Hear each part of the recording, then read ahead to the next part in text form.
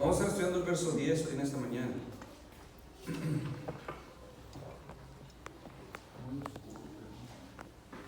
Más acomodo aquí todas las cositas que tengo.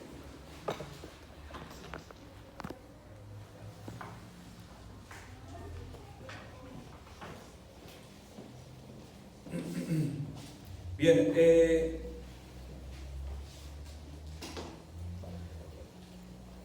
hablando metafóricamente, quiero decir que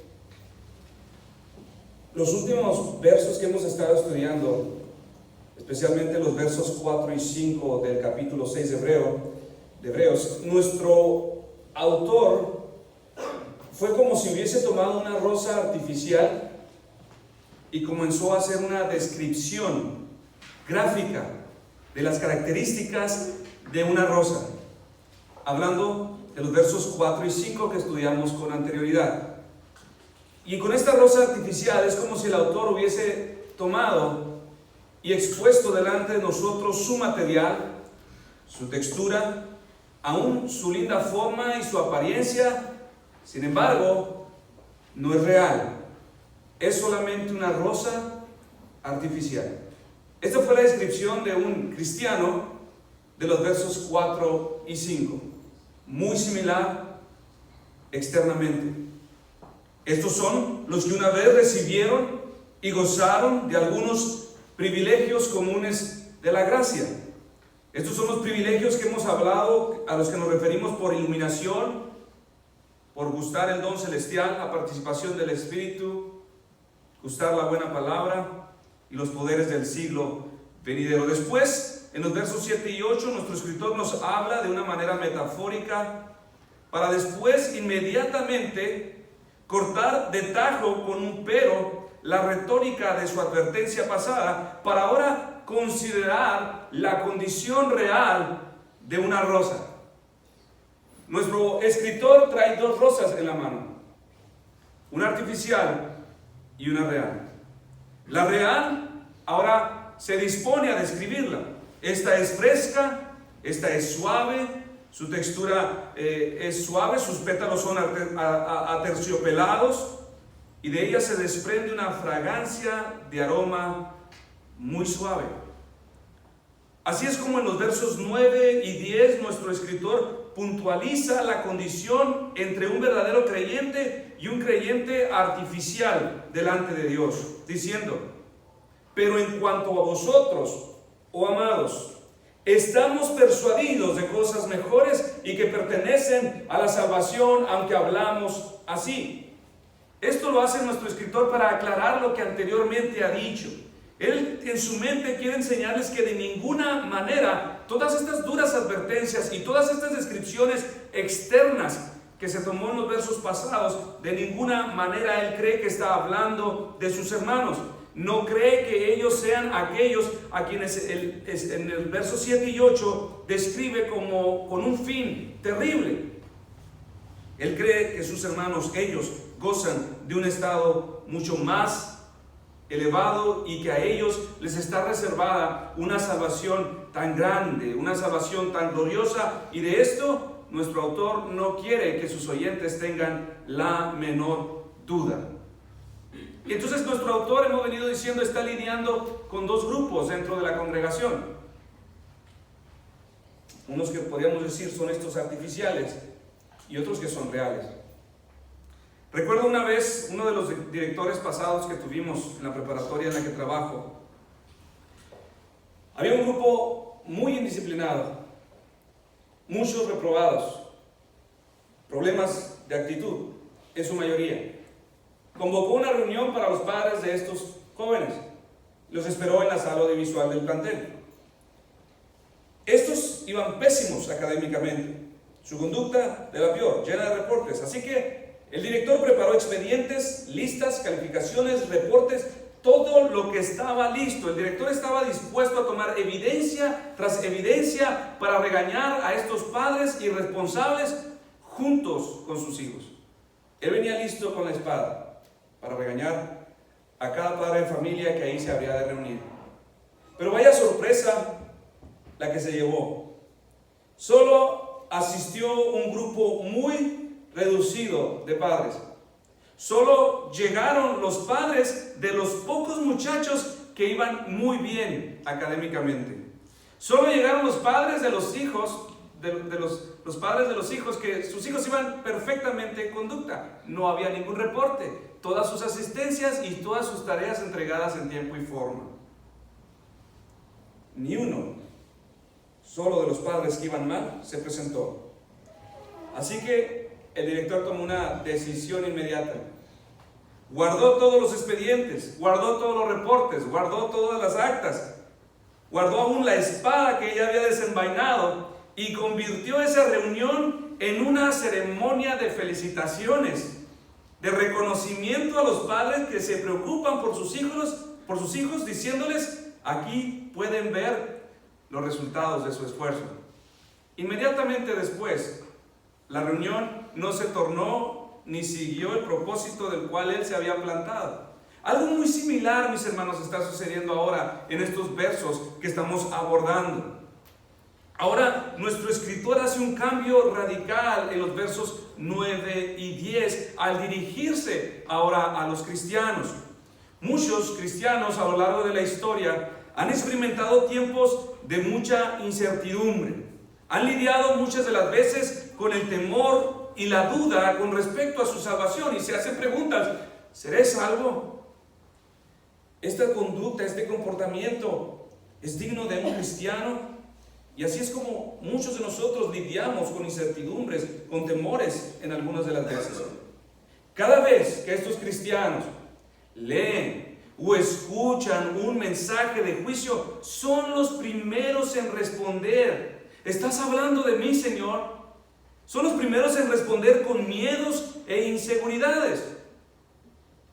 Tal como una flor real expuesta al sol reacciona, pero una flor artificial no responde. Sin embargo, así son los cristianos. No sé si recuerda aquel evento cuando el profeta Malaquías entregó al pueblo fuertes advertencias de juicio. Fueron especialmente los creyentes quienes se preocuparon de lo que habló Malaquías. Pero fue el Señor quien tranquilizó a estos inquietos hermanos, ansiosos, diciéndoles en Malaquías 3:16 al 17: entonces los que temían a Jehová hablaron cada uno a su compañero, y Jehová escuchó y oyó, y fue escrito libro de memoria delante de él, para que los que temen a Jehová y para los que piensan en su nombre serán para mí especial tesoro, ha dicho Jehová de los ejércitos, en el día que yo actúe. Y los perdonaré como el hombre que perdona a sus hijos que le sirven. Entonces os volveréis y discerniréis la diferencia entre el justo y el malo, entre el que sirve a Dios y al que no le sirve.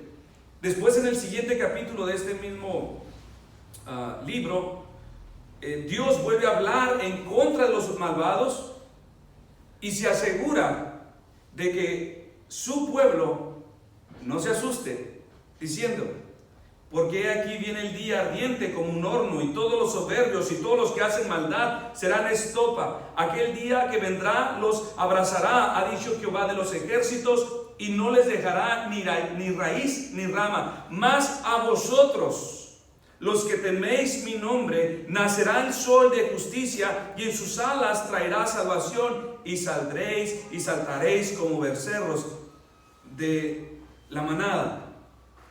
Entonces, lo que tenemos aquí es a un padre que está consciente de la naturaleza sensible del cristiano para atemorizarse ante las advertencias de juicio. Y el Señor lo sabe, y es por eso que es pronto, porque no es su deseo que nuestros corazones queden atemorizados o que se siembren ciertas dudas o incertidumbres en nuestro corazón. Ahora, si esto sucede en nosotros, mis hermanos, es una señal, una especie de descuido. Esto sucede por causa de que no han aprendido a descansar en la obra culminada de Cristo y en su nuevo estado posicional delante de Dios. Si dudas, incertidumbre, ansiedad se despierta cuando un juicio está siendo predicado, hemos descuidado lo más importante de nuestra fe.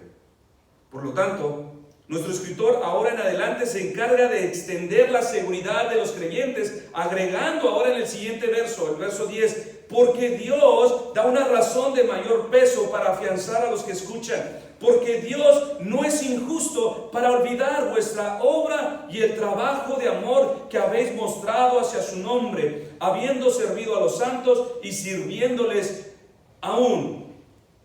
Nuestro escritor comienza diciendo, porque Dios no es injusto. Porque Dios no es injusto. Con estas palabras, mis hermanos, nuestro escritor se propone recordarles la razón a ustedes por las cuales todos ustedes, mis hermanos, los que verdaderamente han confiado su alma al Señor, no deben temer con respecto a su fin después de esta vida. Todos los que aquí están sentados, que han confiado su alma al Señor, a ustedes se les dice, porque Dios no es injusto para olvidar vuestra obra y trabajo de amor que habéis mostrado hacia su nombre, habiendo servido a los santos y sirviéndoles aún. Si se les preguntara en este momento a ustedes, a cada uno de ustedes, ¿cuál es la razón por la cual tú no tienes la menor duda con respecto a tu estado glorioso, feliz y eterno? Usted podría responder, porque Dios es justo. Esto guarda una verdad profunda, mis hermanos. Porque Dios es justo. Es sorprendente lo que está diciendo nuestro escritor. Con el propósito de confirmarnos, con el propósito de traer seguridad a los creyentes de nuestra salvación, no comienza diciendo, porque Dios es un Dios de misericordia. No comienza diciendo, porque Dios es un Dios de gracia, porque Dios es un Dios que perdona la iniquidad. Dice, porque Dios es justo. ¡Wow! Hay mucho más que lo que se ve solamente. O sea, Dios es justo, y es sorprendente, mis hermanos, porque este atributo de justicia consiste en dar a cada uno lo que merece. ¿Cómo respondemos a esta palabra, mis hermanos? A esta definición. Recibirás la medida exacta de lo que mereces, porque Dios es justo. ¿Cómo podría ser este atributo de justicia una buena noticia al pecador? La justicia de Dios de ninguna manera puede ser una buena noticia al pecador. Mucho menos podría ser una fuente de consuelo, una garantía, un fundamento sólido de seguridad eterna. La justicia de Dios es una terrible noticia para nosotros, los pecadores, para todo el que ha pecado. ¿Por qué? Porque esta justicia de ninguna manera puede tener por inocente al culpable. Pero nuestro escritor nos dice, pero Dios no es injusto para traer consuelo. Estamos hablando de otra especie de pecadores, no especie de pecado, pero otra condición de pecadores. Pero en cuanto a ustedes, a quienes se dirige nuestro pasaje, se les dice, pueden estar seguros porque Dios no es injusto. Y esto es lo que creo que está implicado en nuestro verso, mis hermanos. Ustedes, mis amados hermanos, delante del ojo justo y penetrable de Dios, no son vistos más como pecadores. No son vistos más como hombres y mujeres impíos, rebeldes, aborrecedores de Dios. Porque entonces, si así nos viesen los ojos de Dios hoy, tendríamos un terrible problema delante de su justicia. Lo que nos está diciendo nuestro escritor, mis hermanos, es que la justicia de Dios sobre todos ustedes, los que han creído, no traen más condenación. No hay más delito que perseguir. No hay retribución a nuestros pecados. Ya no hay. Sino solamente una recompensa de salvación. La justicia habrá de dar lo que merecen aquellos que han confiado en Cristo. Y esto es vida eterna. Salvación. Y es interesante, mis hermanos, que nuestro escritor utilice esta palabra para afianzar a sus hermanos. Como podemos ver, toda esta ansiedad en nuestras almas se desata al contemplar los horrendos efectos de la justicia sobre el pecador. Y al vernos a nosotros mismos como pecadores, es esperar que pensemos lo peor en contra de nosotros. Pero nuestro escritor está tratando de ayudarnos a entender que ni aún con su justicia terrible, que profundiza y penetra hasta lo más profundo de nuestros corazones, ahora tenemos problema. Si no lo tienes con la gracia, si no lo tienes con la justicia de Dios, menos lo tendrás con la gracia, menos con su misericordia. Estamos más que seguros. Está dándonos un fortísimo fundamento para que nuestra esperanza no se desborone.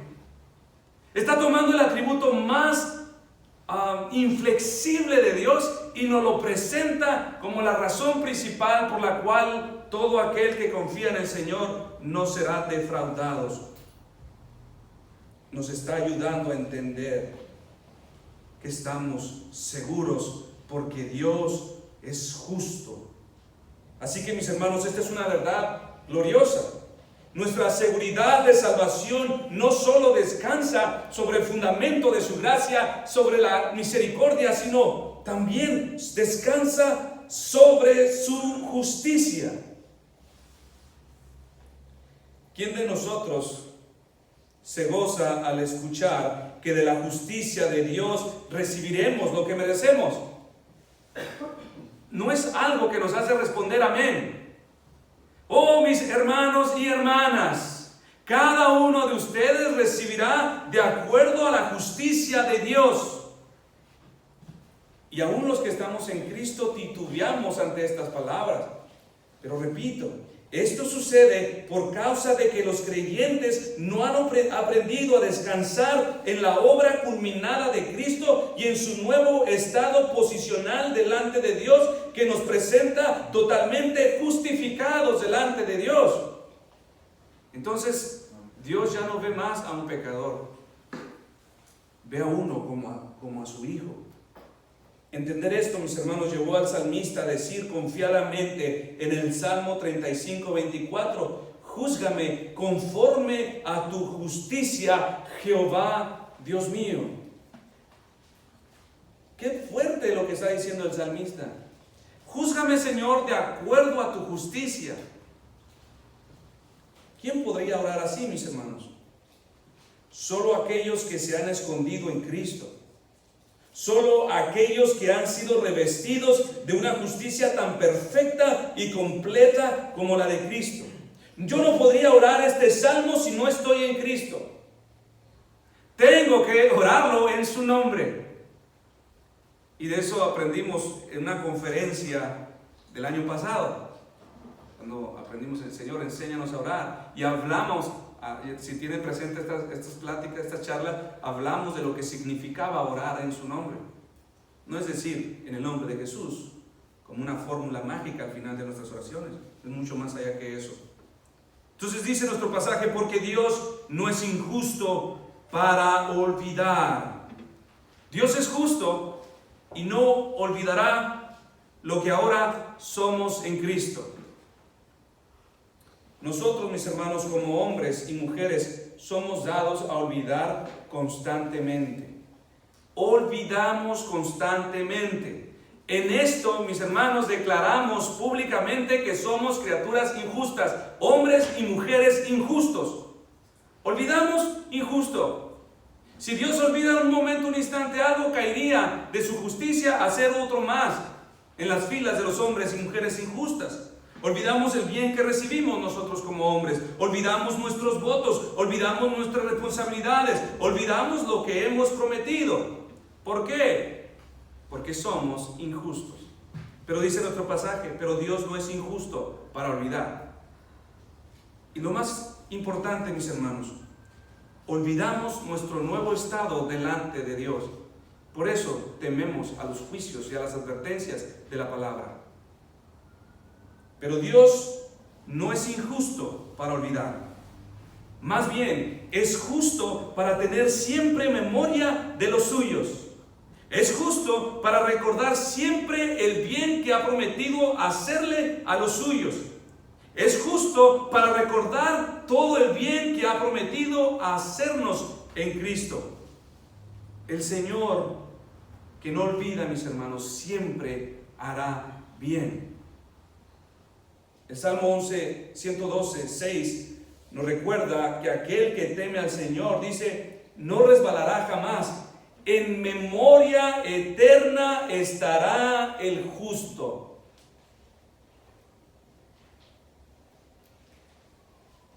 Con solo este verso, mis hermanos, podríamos tomarlo para nuestra meditación matutina. En memoria eterna están los justos. No hay un instante, no hay un pasado, no hay un presente, no hay un futuro donde los justos de Dios hayan sido olvidados. Siempre estuvieron presentes. Si la canción de Juan Gabriel, Tú estás siempre en mi mente, conmovía sus corazones, hermanos, ¿cuánto más nos habría de conmover nuestro corazón a aquel que no nos olvida eternamente? Este aspecto de su justicia de Dios nos garantiza la continuidad de su favor. No hay nada que le mueva a Dios volverse atrás del bien que nos ha prometido. Dice la Escritura en Isaías 69, a partir del verso 15. ¿Se olvidará la mujer de lo que dio a luz para dejar de compadecerse del hijo de su vientre? O sea, esto es lo más antinatural de una mujer. Y toma este ejemplo para decirnos, aunque olvide ella, yo nunca me olvidaré de ti. He aquí que en las palmas de las manos te tengo esculpida. Delante de mí están siempre tus muros. Iglesia,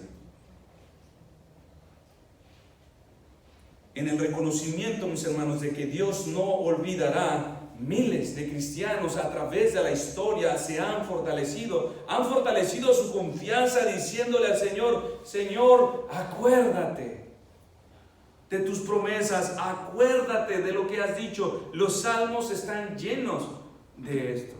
Acuérdate de tu benevolencia, acuérdate de tu misericordia.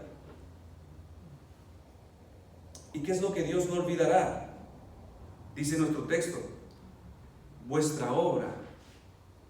Porque Dios no es injusto para olvidar vuestra obra. ¿A qué obra, mis hermanos, se refiere nuestro escritor?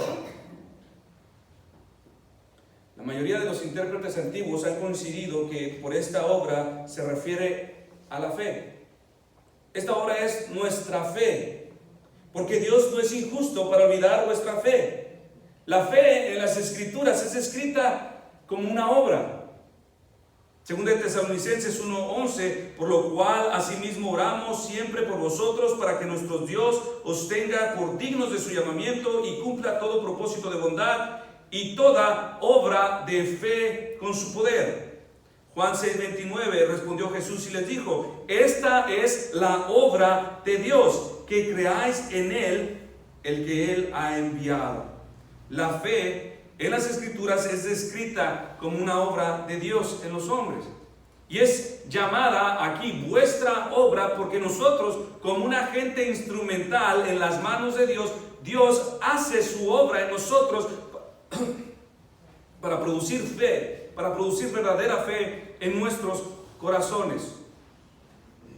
La obra de nuestra fe es la que nuestro texto nos dice, no será olvidada.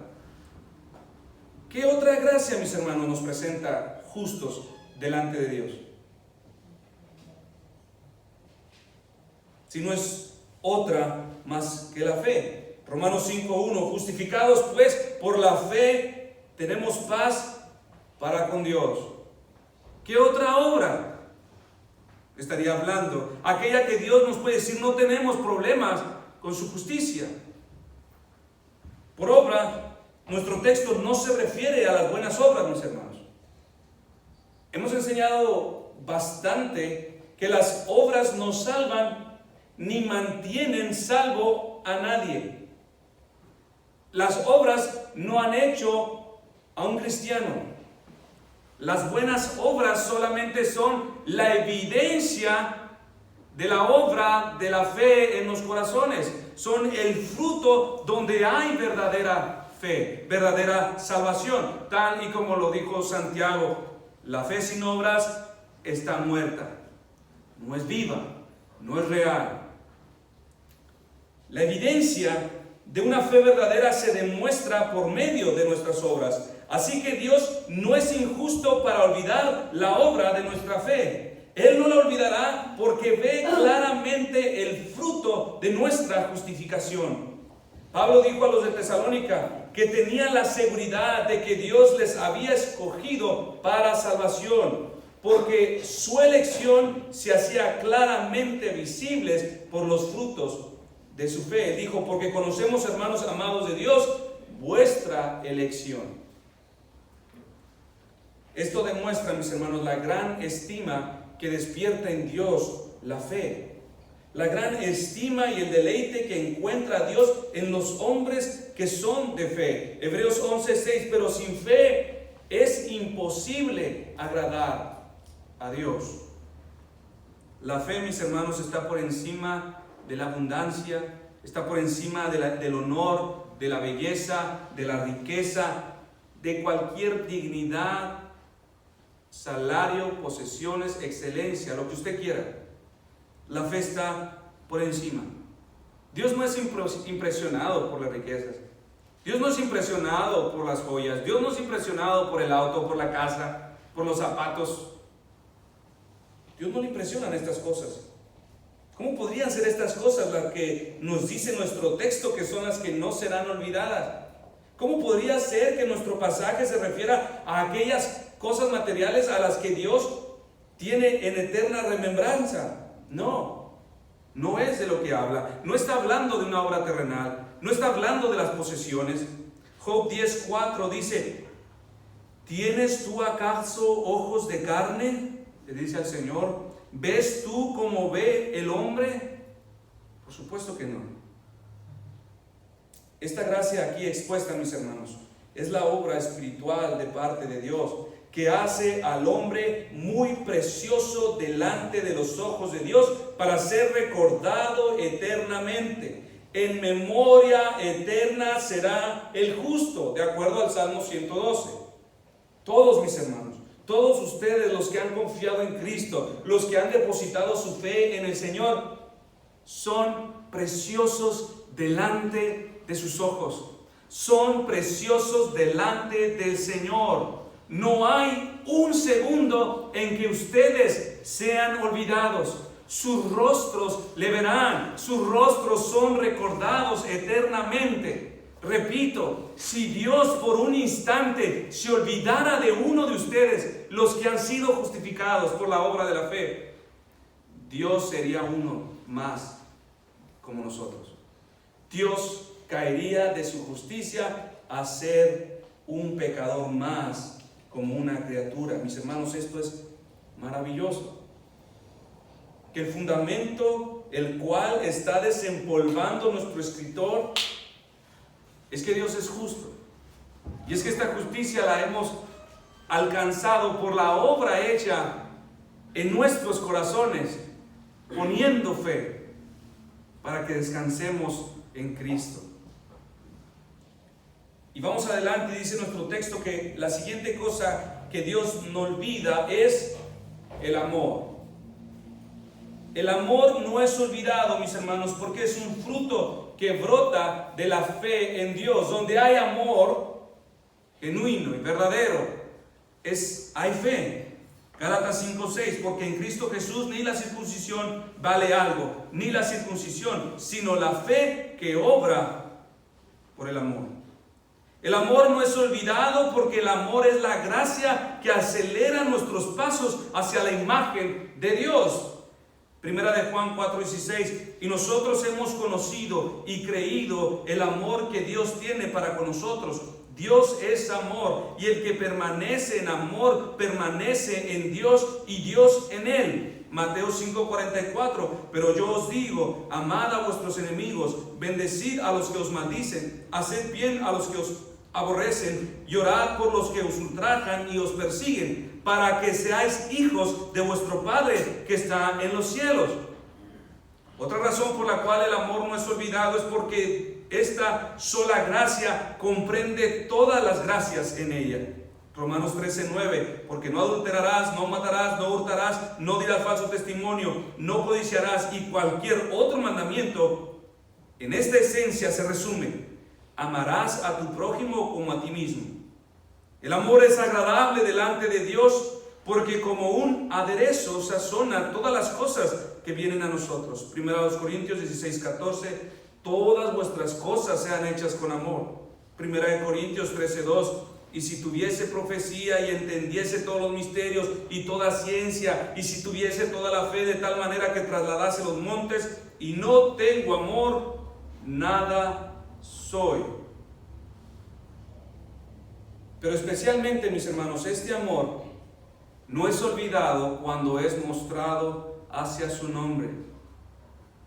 Esto nos dice nuestro pasaje, porque Dios no es injusto para olvidar vuestra obra y el trabajo de amor que habéis mostrado hacia su nombre.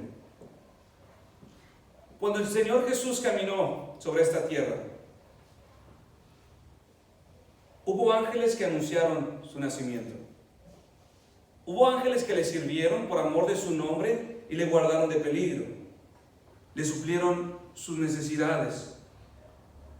Le protegieron de sus enemigos. Le consolaron en sus agonías. Abrieron su tumba el día de la resurrección. ¿Cree que estos ángeles, quienes están completos, quienes podríamos decir no necesitan nada, no recibieron su recompensa? Seguramente cada uno de ellos que sirvió al Señor mientras vivió en esta tierra recibió su recompensa en el cielo. Aún los mismos ángeles.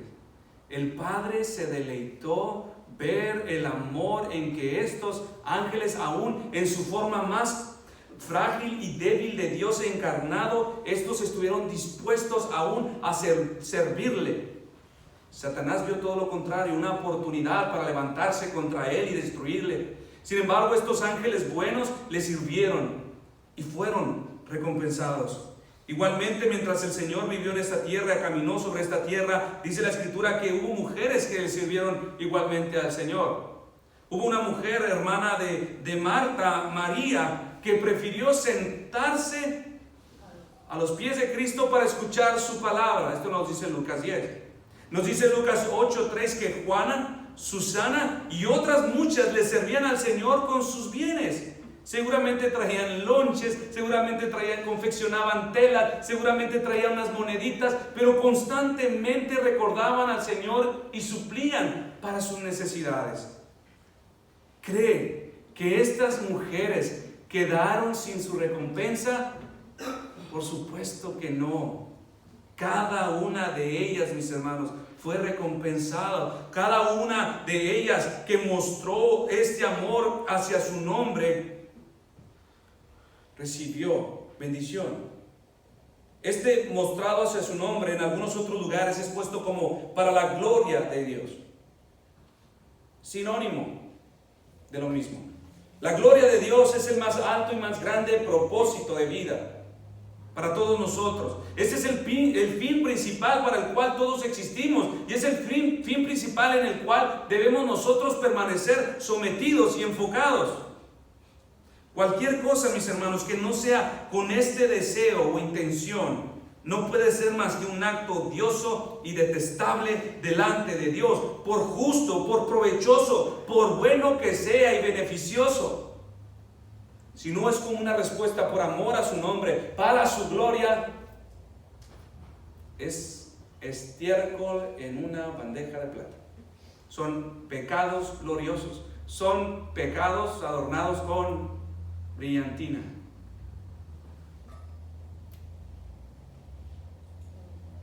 Si las cosas que hacemos no son hechas para la gloria de Dios, mis hermanos, no valen, no sirven. Por lo tanto, mis hermanos, entender y hacer las cosas con la motivación correcta nos traerá primero un gran consuelo, nos traerá descanso y un sentido de propósito cuando vivimos. Es solamente en eso, mis hermanos, en su nombre, hacer las cosas para la gloria de Dios, que nuestras vidas encuentran propósito. Todo lo demás es una búsqueda incansable e inagotable. Cualquier buena obra de misericordia, mis hermanos, o de bondad, hecha con cualquier otro motivo equivocado, pierde su valor, pierde su recompensa, pierde su consuelo. Hay quienes buscan la alabanza de los hombres. De esto nos advirtió el Evangelio de Mateo, capítulo 6, versos del 1 al 2. Guardaos de hacer vuestra justicia delante de los hombres para ser vistos por ellos. De otra manera no tendréis recompensa de vuestro Padre que está en los cielos. Cuando pues des limosna, no hagas tocar trompeta delante de ti como hacen los hipócritas en las sinagogas y en las calles, para ser alabados por los hombres. De cierto os digo, ya tienen su recompensa. Hay quienes buscan su propia exaltación. En Lucas 14, del 8 al 11, el Señor les refirió una parábola diciendo: cuando fueres convidado por alguno a bodas, no te sientes en el primer lugar, no sea que otro más distinguido que tú esté convidado por el anfitrión. Y viniendo el que te convidó a ti y a él te diga: da lugar a este, y entonces comiences con vergüenza a ocupar el último lugar. Mas cuando fueres convidado, ve y siéntate en el último lugar, para que cuando venga el que te convidó te diga: amigo, sube más arriba. Entonces tendrás gloria delante de los que se sientan contigo a la mesa. Porque cualquiera que se enaltece será humillado, y el que se humilla será enaltecido. También agregó que hay quienes buscan el beneficio de los hombres, diciendo más adelante: dijo también al que le había convidado: cuando hagas comida o cena, no llames a tus amigos, ni a tus hermanos, ni a tus parientes, ni a vecinos ricos, no sea que ellos a su vez te vuelvan a convidar y seas recompensado, o sea, por la mano del hombre. Mas cuando hagas banquete, llama a los pobres, a los mancos, los cojos y los ciegos, y serás bienaventurado, porque ellos no te pueden recompensar, pero te será recompensado en la resurrección de los justos. Así que, mis hermanos, el amor que los hermanos mostraron en esta epístola evidentemente demostró que tenían puestos sus ojos en el Señor, que hacían las cosas no buscando su propia gloria, su propia exaltación, ni ser vistos por los hombres, sino para la alabanza del nombre de aquel de quien proceden todas las cosas, para la gloria de Dios. Ahora, quizás alguno de ustedes se pregunte: pero el Señor no está entre nosotros en su forma física, así como Susana, así como María le sirvieron. ¿Cómo es que ahora le podríamos demostrar nuestro amor tal y como lo hicieron aquellas mujeres? Juana, Susana, María y las otras muchas mujeres de que nos habla la Escritura, si no lo tenemos en forma física. ¿Cómo podemos demostrar que realmente amamos al Señor? Respuesta: sirviendo a los santos. Por santos no me refiero a figuras de yeso. Los santos se refiere a cada miembro de la iglesia, cada cristiano, cristiana que ha depositado su confianza en el Señor, porque Dios no es injusto para olvidar vuestra obra y el trabajo de amor que habéis mostrado hacia su nombre, habiendo servido a los santos. El trabajo de amor del cual Dios no olvida, mis hermanos, es el trabajo que se hace ministrando, es el servicio, la administración que hacemos a los santos en respuesta a su nombre.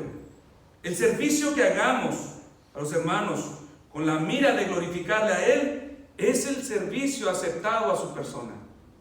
Podríamos aún servir a los hermanos, pero sin el deseo ni como una respuesta de gratitud ni deseando la gloria de Dios. No. Es para su gloria, tiene que ser para su gloria. Este tipo de amor es el cual nos dice nuestro pasaje, no es olvidado. Y mis hermanos, se hace claramente visible. El amor de los hermanos por Dios se hace claramente visible cuando usted sirve a la iglesia. Y eso es algo que usted se debe preguntar. Porque esta es una evidencia que saca nuestro escritor para decir: ustedes no tienen problema, porque tienen esta evidencia. Ustedes sirven a la iglesia. Ustedes han demostrado su amor por Dios al servir a sus hermanos, al ocuparse de sus hermanos, al no buscar la primera mesa, la primera silla o a ser los primeros en servirse y comer. Son los que les place servirse, sentarse al último, servir a los hermanos.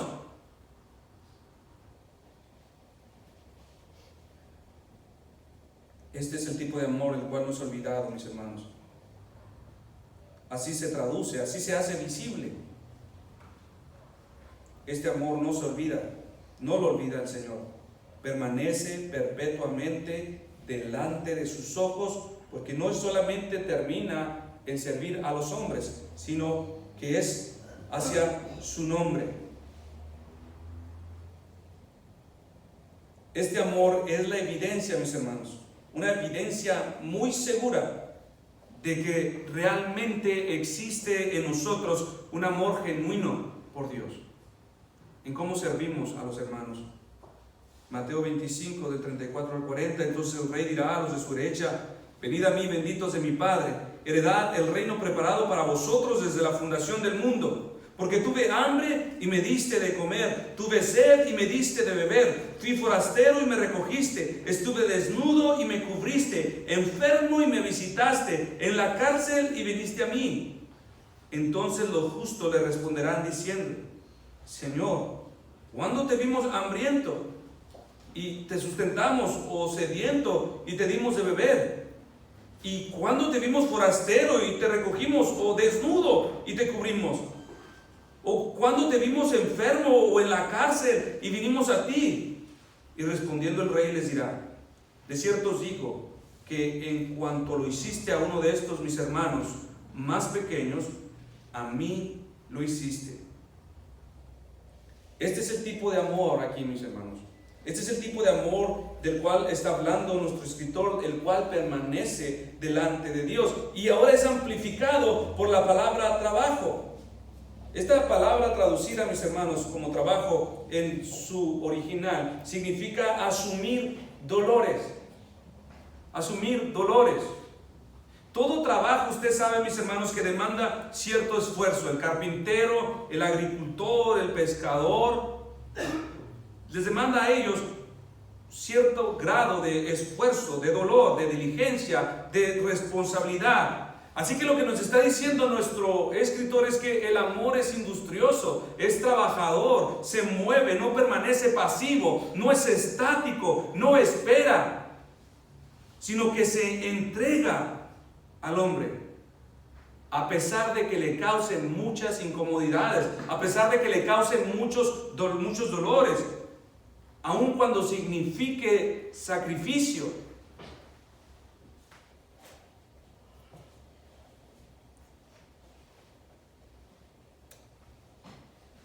Esto es lo que encierra el trabajo de amor: sufrir padecimientos.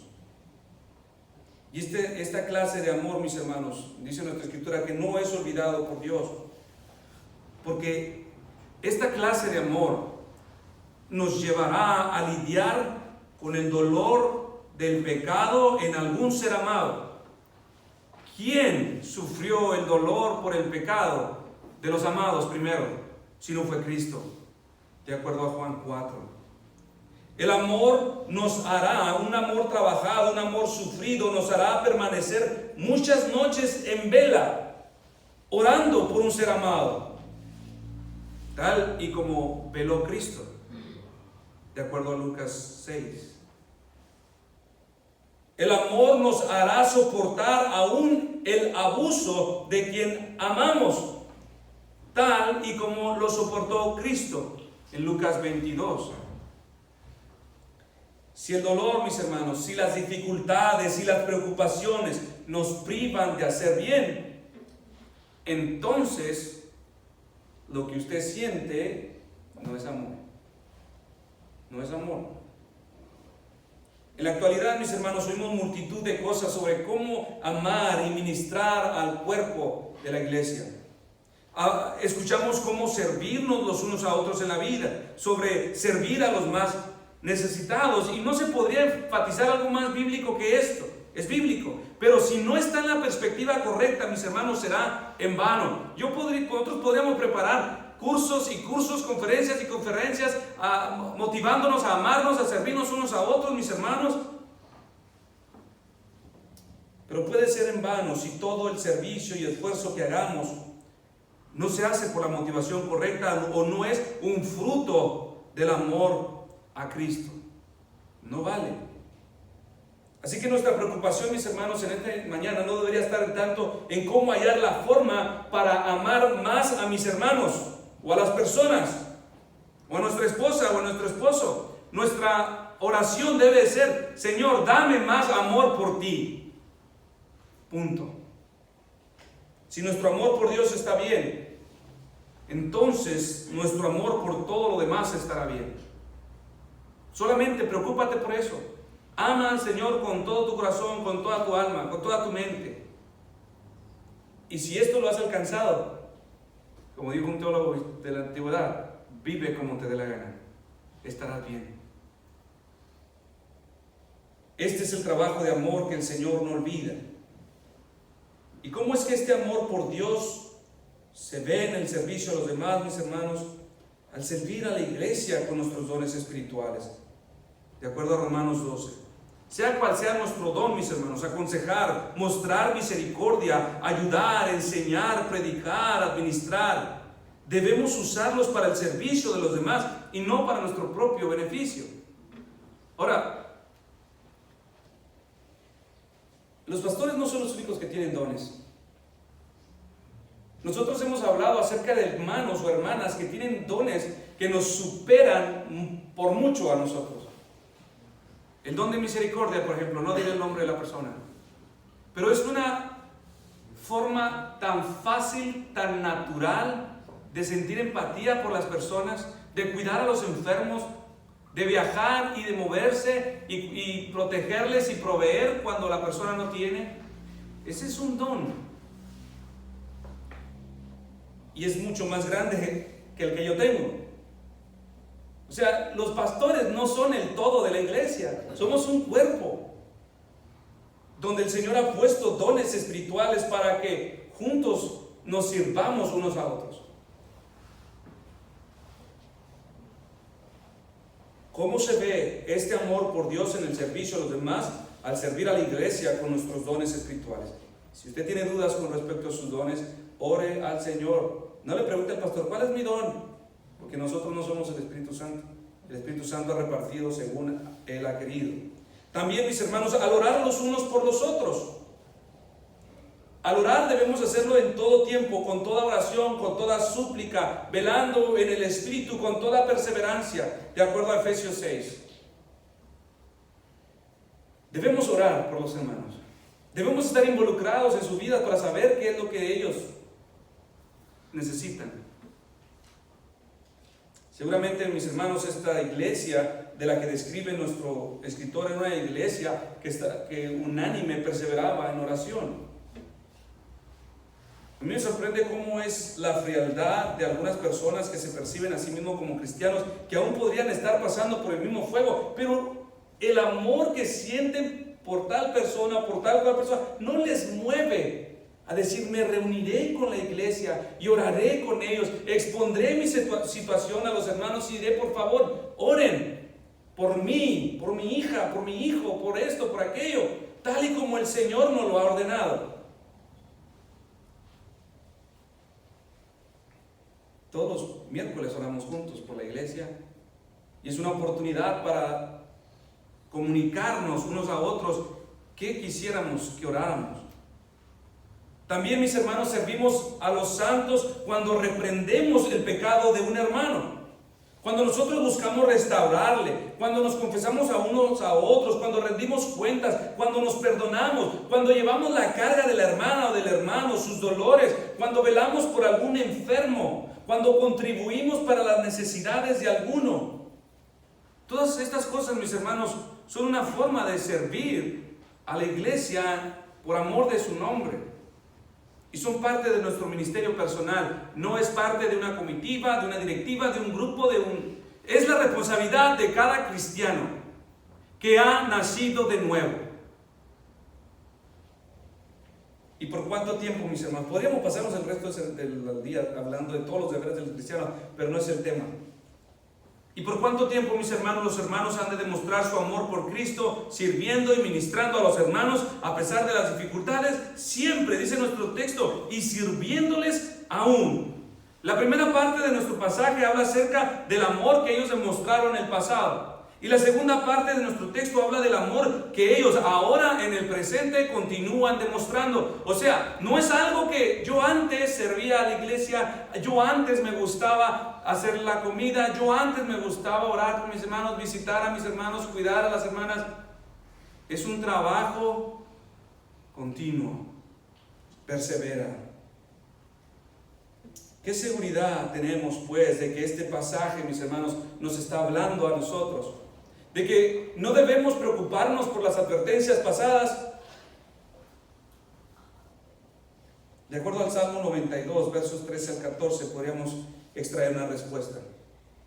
Plantados en la casa de Jehová, en los atrios de nuestro Dios florecerán. Aún en la vejez fructificarán. Estarán vigorosos y verdes. No hay un tiempo, no hay una edad, no hay una condición donde la Escritura nos invite a olvidarnos de amar a los hermanos.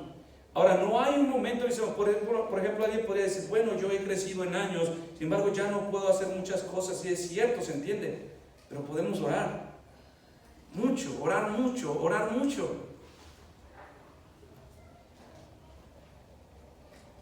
En conclusión, mis hermanos, la evidencia más grande de ser verdaderos creyentes, de que no debemos preocuparnos por las advertencias pasadas, es que nuestro ministerio particular en medio de la iglesia es un ministerio enraizado en la obra de Dios en nuestros corazones. Esta obra llamada fe motiva el amor por Cristo y se hace visible en el cómo nos disponemos en servir y en amar a la iglesia.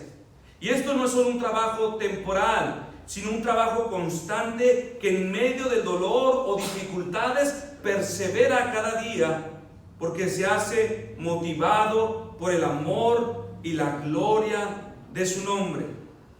Todo, mis hermanos, todo lo demás que se haga dentro de estas paredes sin llegar a esto es solamente artificial. Es solamente una rosa artificial.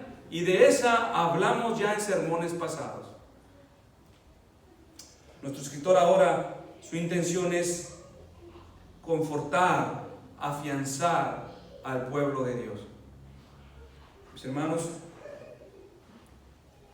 puedo decir una vez más, de acuerdo a lo que leímos hace un momento, estaremos seguros, porque Dios no es injusto.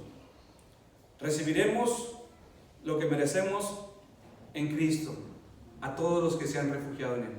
Sin embargo, si hay alguno aquí, mis hermanos, que no ha afianzado su vida, una cosa es creer, otra cosa es confiar. Todo el mundo cree, pero esa clase de fe no es de la que nos habla la Escritura.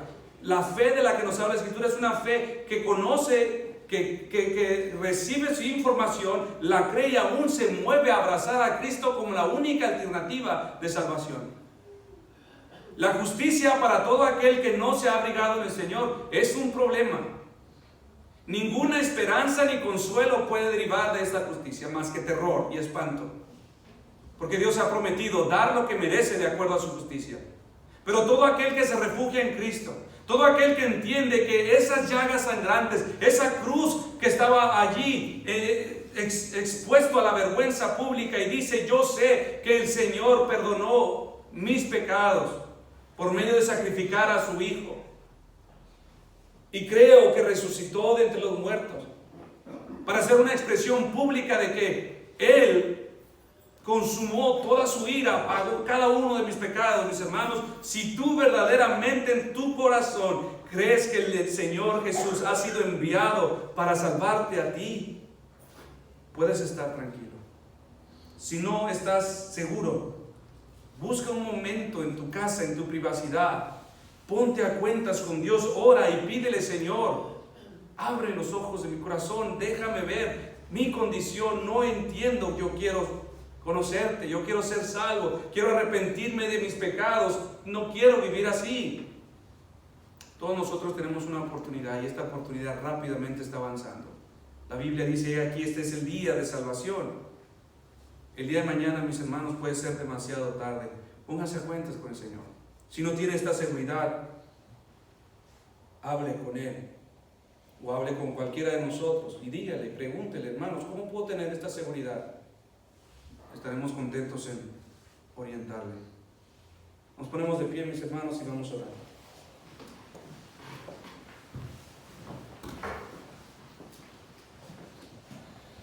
Amantísimo Dios, te queremos dar muchas gracias, Señor, por tu palabra, que es clara.